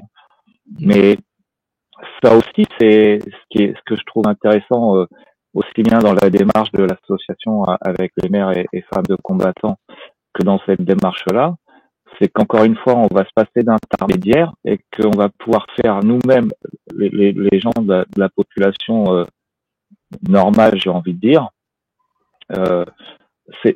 on a cette possibilité de se passer d'intermédiaires étatiques, plus ou moins, sauf pour les documents. Mais c'est quelque chose que tu mets en avant sur ta chaîne et que je trouve assez intéressant. L'ouverture des possibilités par rapport à l'expatriation ou le tourisme en Russie. Mais pour ce qui concerne l'expatriation, est-ce qu'il y a un métier particulier ou des métiers particuliers qui sont un peu en tension en Russie et qui sera intéressant d'amener là-bas? Comment te dire, le tourisme, c'est facile. Ça, il y a des visas électroniques maintenant qu'on prend sur Internet, même pas besoin d'aller à l'ambassade. C'est pour 15 jours. On va visiter Moscou, on va visiter Kazan, on va visiter Saint-Pétersbourg pendant 15 jours et on revient. Terminé. Il y a rien d'autre à faire. Après, il y a les visas d'1 mois ou 3 mois. Alors là, c'est un peu en bisbille en ce moment parce que on m'a dit que c'était fini, mais quelqu'un d'autre m'a dit que c'était pas fini. Donc je sais pas trop. Mais avant, c'était les visas de 3 mois qu'on avait à l'ambassade. Donc là, ça laisse le temps vraiment de faire ce qu'on veut, quoi. Et là, c'est pareil. Alors, petite anecdote, quand il y a eu la Coupe du Monde de foot en Russie, je me souviens qu'il y avait eu un avion qui est arrivé de France pour arriver à Saint-Pétersbourg. Et il y a une vingtaine de passagers français qui avaient leurs billets pour les matchs, qui avaient les billets d'avion retour, qui avaient les hôtels, etc., qui ont été refoulés parce que, par exemple, il y en a un, il s'appelait Jean-Pierre et il n'a pas mis le tiret entre Jean et Pierre. Et le douanier a dit, là, il y a Jean-Pierre avec un tiret, là, sur le passeport, il n'y a pas, donc c'est pas la même personne. Et ça, ils m'ont fait le coup à moi aussi. Hein. Quand j'ai fait mes documents pour rester ici, mon deuxième prénom c'est Gérard. Il faut donner le document comme quoi on n'a jamais été en prison en France. Donc sur ce document, j'avais bien précisé qu'il fallait mettre mes 2 prénoms. Évidemment, ils l'ont pas fait. Et quand c'est arrivé ici, parce que ça met 1 mois et quelques à arriver quand même, mais ce papier n'est valable que 3 mois. quand j'ai quand même tenté le coup, et évidemment, la fille, quand elle a vu qu'il n'y avait pas mon deuxième prénom, elle a dit, c'est pas la même personne. Alors, bon, heureusement que ma femme a fait un scandale, la chef est venue et ça s'est arrangé, mais c'est un vrai bazar. Maintenant, pour vivre, les métiers qu'il y a à faire ici, tous les métiers manuels, ça, la personne, elle vient, elle ouvre une boîte, ça s'appelle une OOO, c'est SARL en France, parce qu'on ne peut pas ouvrir de IP. IP, c'est auto-entrepreneur. Ça, il faut avoir un document de résident comme j'ai pour pouvoir ouvrir ça, mais sinon, quand on vient au début, on ne peut pas. Donc une OOO, il faut un partenaire, il faut nommer un directeur russe obligatoirement, mais quand on nomme un directeur russe et qu'on se fait inviter par sa société pour venir travailler pendant 1 an, donc pour avoir un visa d'1 an, dès qu'on arrive, le directeur russe démissionne et vous nommez à la place. Donc voilà, terminé. C'est une sorte de petite mayonnaise qui se fait. Donc les métiers de menuisier, plombier, j'ai un copain qui est à Kazan qui est électricien, qui a trouvé un très bon job là. Il est très très bien payé parce qu'il est français. Et quand les gens voient un Français arriver, bah, ils savent que ça va être de la qualité. Parce que les Russes, des fois, c'est pas trop de la qualité, quoi. Parce qu'en fait, les Russes, souvent, ils font par exemple électricien parce que leur père leur a appris à faire l'électricité. Mais ils ont jamais été à l'école pour être électricien. Mais ils ouvrent une boîte, ils sont électriciens. C'est ça en Russie aussi. On peut ouvrir la boîte qu'on veut. Ça met 10 minutes. On va à l'administration, on ouvre une boîte. Il y a plein de cases à cocher. Qu'est-ce qu'on va faire? Vendre de la viande, faire de l'électricité. Il y a des centaines de choix. Si on veut, on coche toutes les cases. Et votre boîte sera ouverte pour toutes les cases. Bon, ça sert à rien, mais bon. Mais c'est très facile. Et il n'y a pas de contrôle. C'est bien et pas bien. Quand on ouvre une société, personne ne vient contrôler comment ça se passe. Avant, c'était au bout de 3 ans. Maintenant, c'est fini. Poutine a dit, pour donner plus d'entrain à ouvrir des sociétés, on ouvre une boîte, il n'y a pas de contrôle. Seul contrôle, c'est s'il y a un problème. Malheureusement, comme ça s'est passé l'été dernier, il y en a qui ont ouvert une boîte et puis qui ont fait du cidre. Il y a 12 personnes qui sont mortes. Parce que ils ont mis de l'alcool qu'il faut pas, d'éthanol ou je sais pas quoi dans le cidre, et ça a tué 12 personnes. Donc là, dans toute la Russie, bah, toute cette marque qui s'appelait bon cidre ou je sais plus un truc comme ça, bah ça a été saisi partout quoi. Et voilà. Là, il y a un contrôle là par contre, mais c'est comme ça. Et sinon, bah, les métiers. Alors, je sais que des spécialistes, la Russie en recherche beaucoup en ce moment, parce que l'avantage des sanctions, c'est que, contrairement à ce qu'attendait l'Occident, ça a mis une énergie incroyable chez les Russes, qui ont commencé à créer des sociétés dans tous les sens pour faire des trucs qu'on achetait en Occident avant, quoi. Donc des fermes. Maintenant, la Russie, c'est devenu le plus grand producteur de blé du monde. Non, faux. C'est devenu le plus grand exportateur de blé du monde. Le plus grand producteur, c'est la Chine. Mais la Chine, ils mangent tout. Ils exportent pas. Donc, tandis qu'en Russie, ils exportent maintenant. Plus que l'Ukraine, plus que, c'est énorme. En Russie, alors Poutine aussi a fait ça, le méchant dictateur. Si vous vous inscrivez sur un truc, là, un système, on vous donne en Russie, alors on vous dit pas où exactement, mais généralement c'est en Sibérie parce que c'est pour repeupler toutes ces zones, mais ça veut pas dire que c'est mal. On vous donne, je crois que c'est 3 hectares par membre de la famille. Donc si vous êtes marié avec 2 enfants, ça fait 3, 6, 9, 12, voilà. 12 hectares, et vous en faites ce que vous voulez. Donc on fait pousser ce qu'on veut. Au bout de 3 ans, il y a un contrôle. Si le contrôle voit que vous faites pousser des choses et que vous faites du business, vous vendez votre blé, vous vendez ce que vous voulez, eh ben les terres sont à vous pour toujours. Ils vous les donnent. Voilà. Donc les sanctions, ça a été un coup de boost à l'économie russe énorme. On a pu le truc tout bête, hein.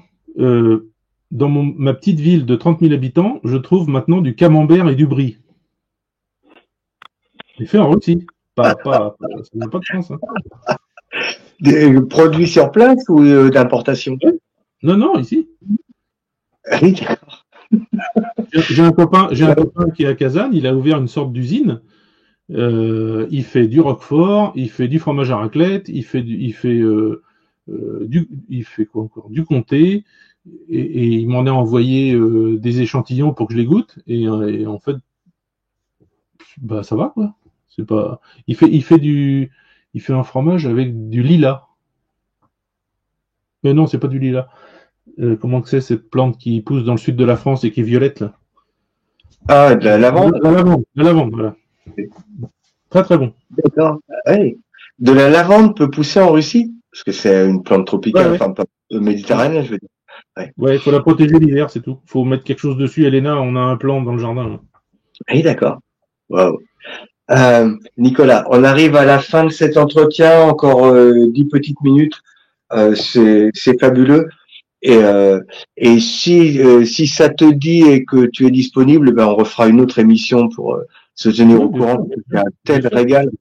Je pense que les amis auront apprécié largement. Euh, c'est, euh, on est dans un tel décalage. Je parlais de DeLorean, voilà, en référence au film bien connu dont le nom m'échappe. Retour vers le futur. On a vraiment cette impression d'un décalage temporel à la fois et d'un sentiment de grande liberté.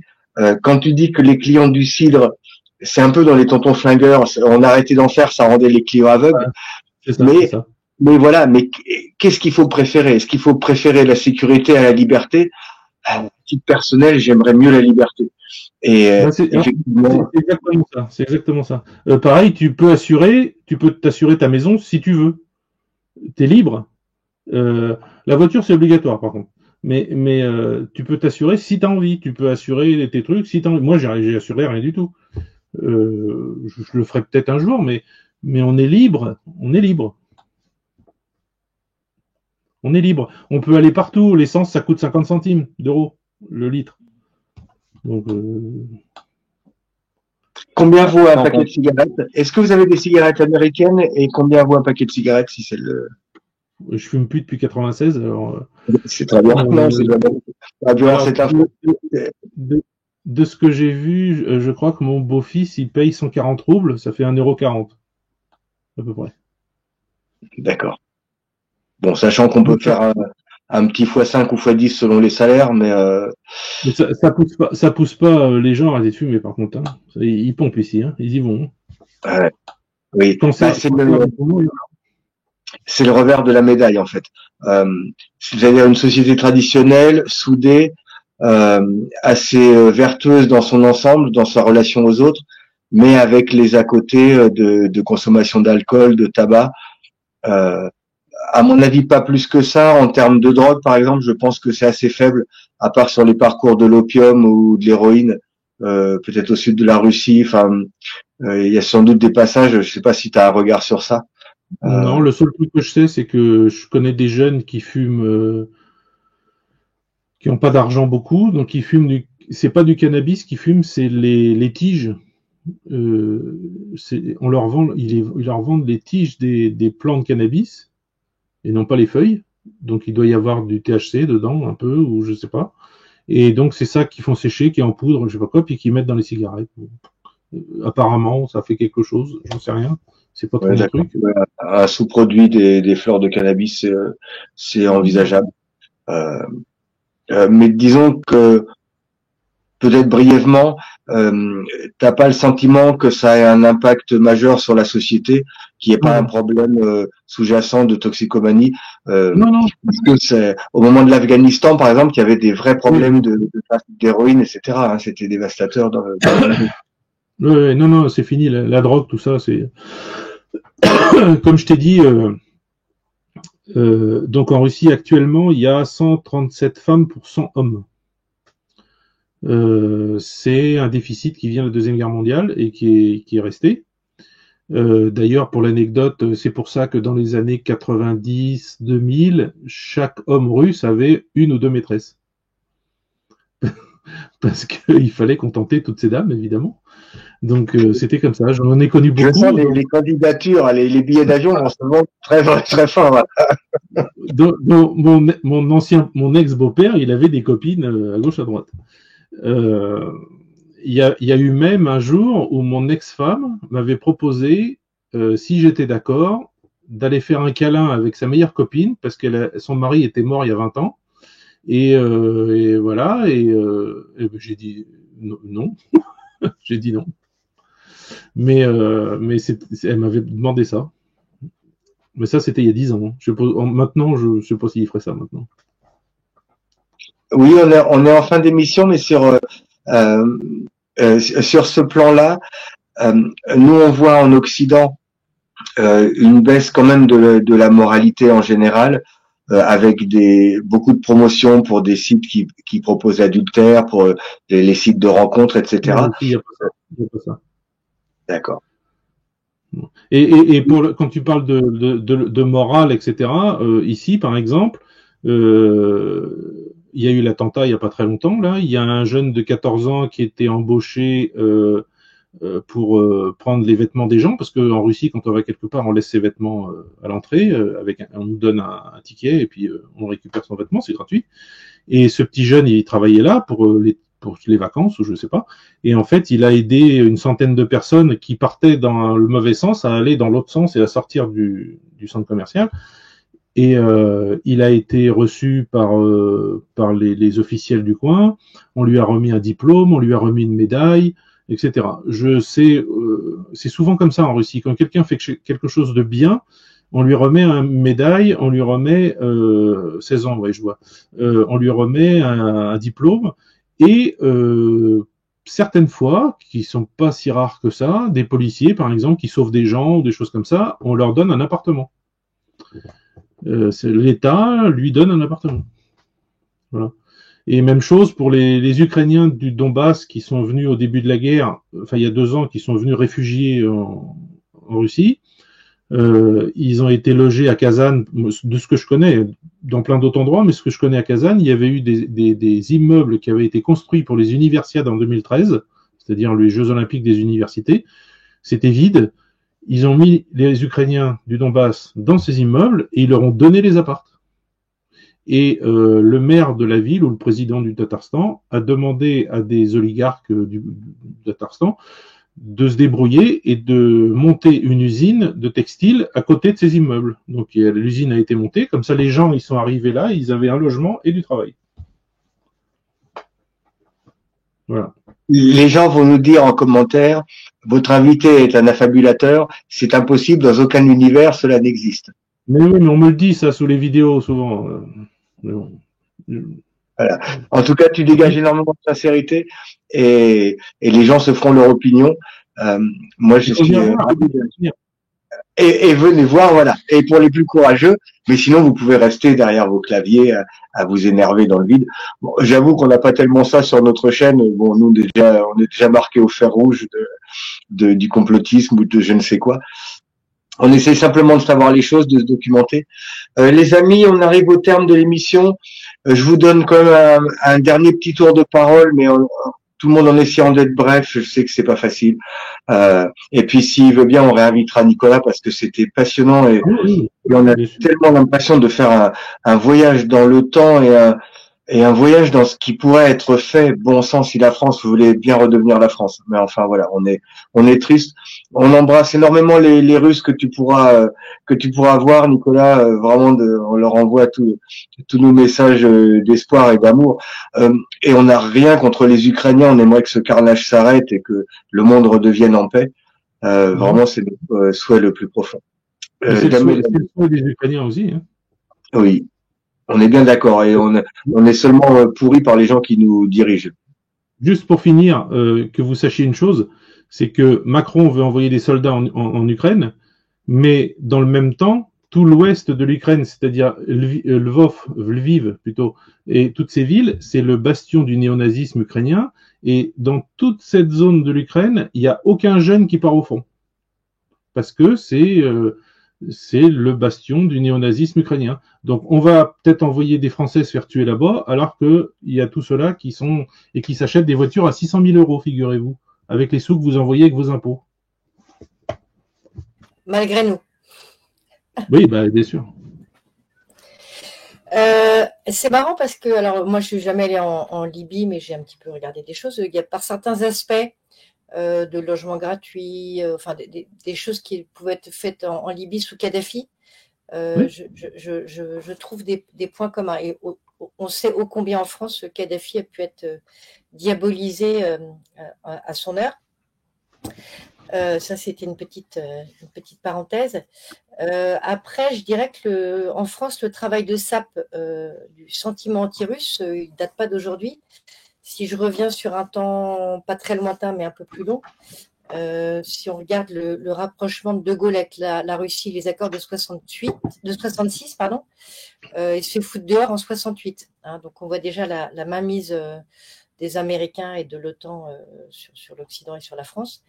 Et puis, on a vécu en 2017 Fillon qui s'est retrouvé avec de la merde au cul. Ils en ont tous, mais lui, on l'a mis sous le spot de lumière qui, de ce que j'en en a compris nous ici, c'est qu'il était un peu trop pro-russe, un peu trop catho pour pouvoir faire l'affaire. Tout mondialiste qu'il est. Mais je crois qu'il travaille en Russie maintenant. Voilà, donc effectivement, ce sentiment, en fait, il a pu être injecté assez facilement ces derniers temps en France parce qu'il y avait déjà un terrain préparé de longue date, quand même, depuis pas mal d'années. Mais bon, moi, je trouve que, bon, après, il y a de tout en France, hein, mais qui est prêt à aller se battre pour Macron contre la Russie? Je pense que ils sont peu nombreux. Par contre, l'inverse, j'entends beaucoup de Russes qui disent il faut la mobilisation générale et puis qu'on y aille tous et puis qu'on règle tout ça une bonne fois pour toutes. Je dis oh là là, et attends. Bon, ça, c'est ce que disent les Russes. Hein. Poutine, lui, il est modéré par rapport à tout ça. Il faut bien savoir ça aussi. Oui. C'est ce qu'on entend via Xavier Moreau, que Poutine, en réalité, ce qu'on n'a pas du tout conscience ici, tempère littéralement, parce qu'il y a effectivement il y a une poussée très forte pour la guerre totale. Il y a beaucoup de Russes de premier plan qui voudraient balancer des missiles hypersoniques sur les usines de production des Césars, des Léopard 2 en Allemagne, de tout ça, pour détruire tout ça, puisque ça tue nos jeunes à nous, dans notre armée ici. Mais Poutine ne le fait pas. C'est assez logique. Alors justement, peut-être ça sera l'occasion d'une autre discussion, mais je l'évoque quand même rapidement. On a reçu il y a peu de temps un de nos intellectuels qui font partie de ce qu'on appelle la résistance, qui s'appelle Pierre Hillard et qui lui voit Poutine comme faisant partie, étant une faction de ce qu'on appelle le mondialisme. Alors nous, on a des avis un petit peu disparates sur le sujet, mais peut-être ça sera l'occasion d'un autre live, le personnage de Poutine. Je pense que là, on arrive au bout de l'émission. Je voulais peut-être finir en disant qu'à un moment donné, Pierre-Yves, tu as parlé des 40 ans de retard de la Russie. Moi, je me demande s'ils n'ont pas plutôt 40 ans d'avance. En fait, tout est relatif. De quoi parle-t-on quand on parle de retard ou d'avance? En tous les cas, il y a effectivement un décalage. Et c'est vrai que moi, je commence à avoir quelques années un peu plus de bouteilles. C'est vrai que la France de mon enfance n'est plus celle que je vois aujourd'hui. Et j'ai quelquefois une petite... alors, j'aime pas forcément le mot amertume, mais en tous les cas, une espèce de nostalgie de cette France qui a été engloutie. Voilà, je pense que nous sommes dans une période où beaucoup n'en pensent pas moins. Il y a une espèce de sentiment de silence, d'acceptation, mais qui n'est peut-être pas... Je crois qu'il y a un décalage entre ce que les gens vivent et ressentent et puis ce qu'on peut en percevoir. Et donc, c'est très difficile d'imaginer quels vont être les mois à venir. On voit bien qu'au niveau international, ça a tendance à secouer coup contre coup. On essaye de comprendre tout ça. Mais il y a on sent une forme de léthargie en France, mais qui peut rejaillir comme elle a jailli en 2018 et puis peut-être plus fort et autrement. Nul ne le sait. Mais voilà, je pense qu'on est nombreux à en avoir ras-le-bol et à comprendre qu'il faut qu'on prenne notre destin en main. Et en tous les cas, merci infiniment pour ces témoignages qui, j'avoue, nous a fait rêver pendant cette heure passée avec toi. Je dirais qu'il y a quelque chose d'assez exemplaire dans ce que tu nous as pu nous transmettre comme modèle de société, en tous les cas, qui est très inspirant. Voilà, donc un grand merci à toi et donc je salue mes camarades de Martial et Pint. Merci Mélanie. Je me permets de vous presser un petit peu les amis. Je suis désolé Pierre-Yves. J'aurais vraiment voulu qu'on tienne les délais. On n'y arrivera jamais. Il n'y a rien à faire, mais c'était passionnant. Pierre-Yves, vas-y. Ça sera ta dernière parole, évidemment. Ton dernier tunnel, s'il te plaît. 4 secondes. Non, je vais pas faire de tunnel. J'ai énormément apprécié cet échange. J'espère qu'il y aura un bis effectivement derrière, peut-être un peu plus long ou sur d'autres sujets un peu plus d'actualité, on verra. Mais j'invite tout le monde à aller voir les vidéos de Village Russie. C'est édifiant, c'est instructif, c'est la réalité du quotidien par rapport à ce qui nous est présenté, même si je sais très bien que ceux qui nous suivent habituellement sont très loin de BFM TV, LCI et compagnie. Ça donne envie, effectivement, ça donne envie. Ce sera peut-être un passage obligé pour certains d'entre nous. Écoutez, si ça permet de maintenir le contact entre deux populations en dehors des dirigeants, tant mieux, faut le voir comme ça, comme une passerelle entre deux nations. Et on va voir ce que l'avenir nous réserve à ce niveau-là. Je pense pas qu'on va se retrouver avec des troupes en Ukraine, même si je sais qu'il y en a déjà, mais pas officiellement. Ça s'est passé dans beaucoup de périodes, je l'ai déjà dit. Par contre, est-ce que ça passe au stade de l'effectif? Ça m'étonnerait. Ouais. Je me demande si c'était pas un appel du pied de Macron, sentant les Américains se désengager de l'Ukraine, voulant être jusqu'au boutiste et éventuellement voulant mettre les Américains devant le fait accompli. C'est possible, on peut le voir comme ça aussi. J'espère que ça n'arrivera pas. Je suis assez d'accord aussi que il faut voir la Russie. Pour l'instant, c'est Poutine qui dirige et il le fait plutôt bien pour le peuple russe. C'est pas de sa faute si nos dirigeants le font plutôt mal pour nous. C'est malheureux. L'avenir de l'Europe occidentale, évidemment, c'est un avenir avec la Russie qui est sur le même continent que nous. Ça, je pense que tout le monde l'a compris.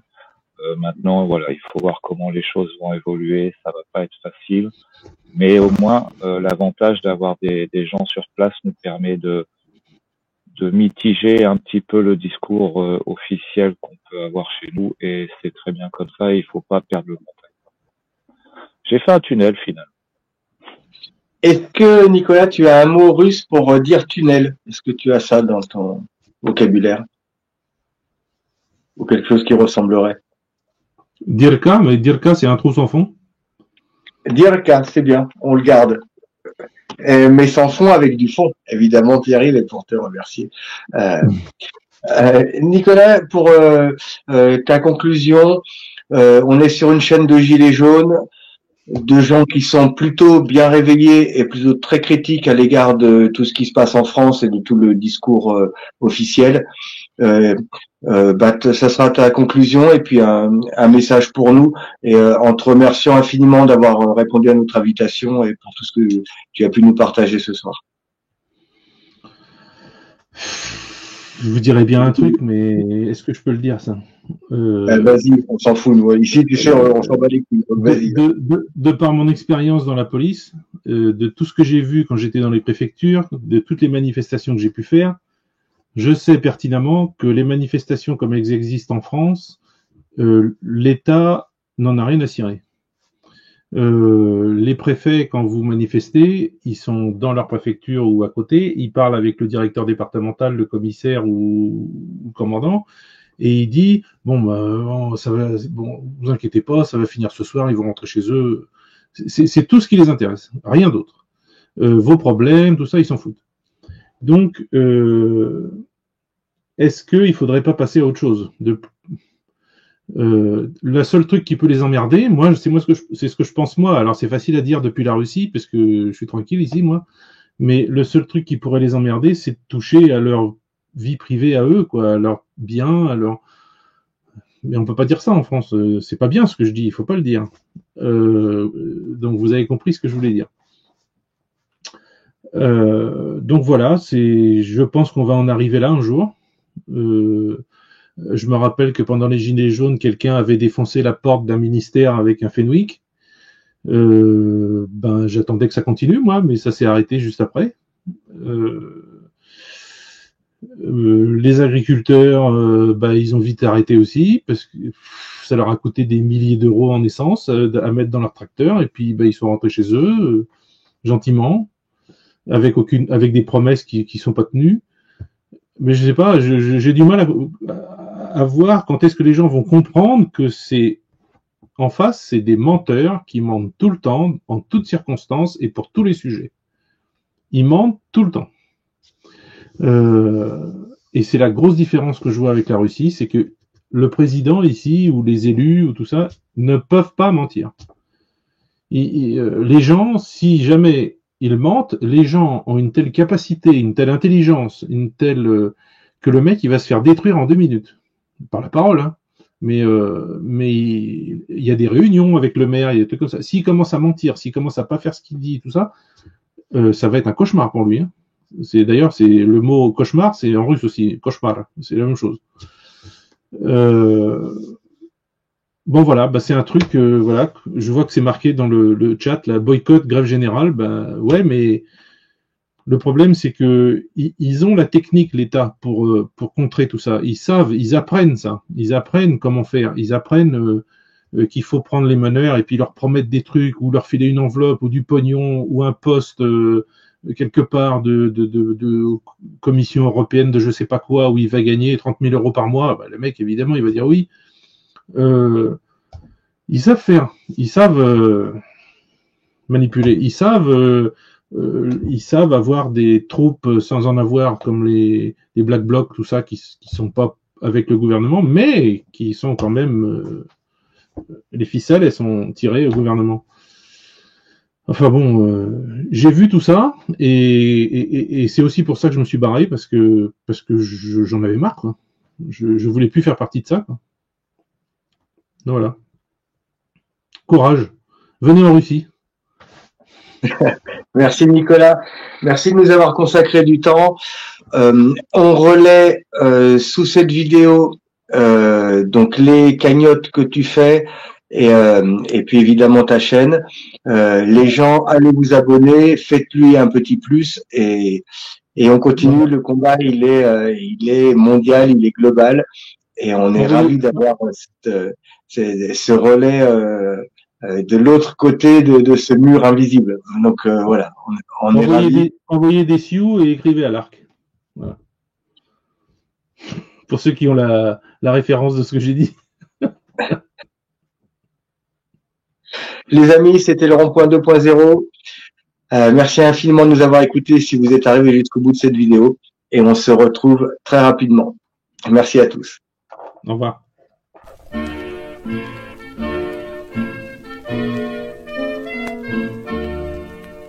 Ils se sont enfuis dans la nuit pour ne pas aller en Allemagne, quittant leurs parents, leurs amis, se cachant dans la montagne. Et pour mieux servir le pays, ils ont pris le maquis. Ce sont ceux du maquis, ceux de la résistance. Ce sont ceux du maquis, combattant pour la France. Bravant le froid, bravant la faim, défiant l'horrible esclavage. Bravant la balle, bravant ces chiens, sans jamais perdre courage. Ce sont ceux du maquis, ceux de la résistance. Ce sont ceux du maquis, jeunesse du pays.